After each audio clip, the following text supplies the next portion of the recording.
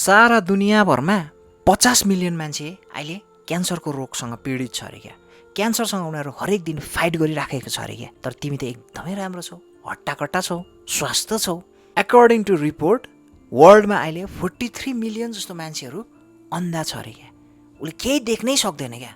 तर तिमीले त मजाले देखिरहेछौ, मजाले सुनिरहेछौ, बोल्न सकिरहेको छौ। 17 मिलियन जस्तो मान्छे यस्तो छ अरे कि जो अहिले पनि हिँड्नै सक्दैन अरे क्या। तर तिमी त कुद्न सकिरहेको छौ। अनि नेटमा हेर्नुहोस्, सबभन्दा डरलाग्दो प्रब्लम, सबभन्दा बेसी प्रब्लम, 1 बिलियन जस्तो मान्छे चाहिँ हरेक रात आज भोलि पनि भोकै सुत्नु परिरहेको छ अरे क्या। घर छैन अरे उनीहरूको। तिमी त मजाले खाइरहेको छौ। तिम्रो सानै होस् ठुलो होस्, आफ्नो घर छ, आफ्नो रुम छ, मजाले खाना खाएर सुतेको हो तिमी हिजो राति। र हामीले एउटा कुरा चाहिँ जहिले पनि रियलाइज गर्नु जरुरी छ क्या। हामीले एउटा कुरा चाहिँ जहिले पनि भगवान्लाई धन्यवाद दिनु जरुरी छ।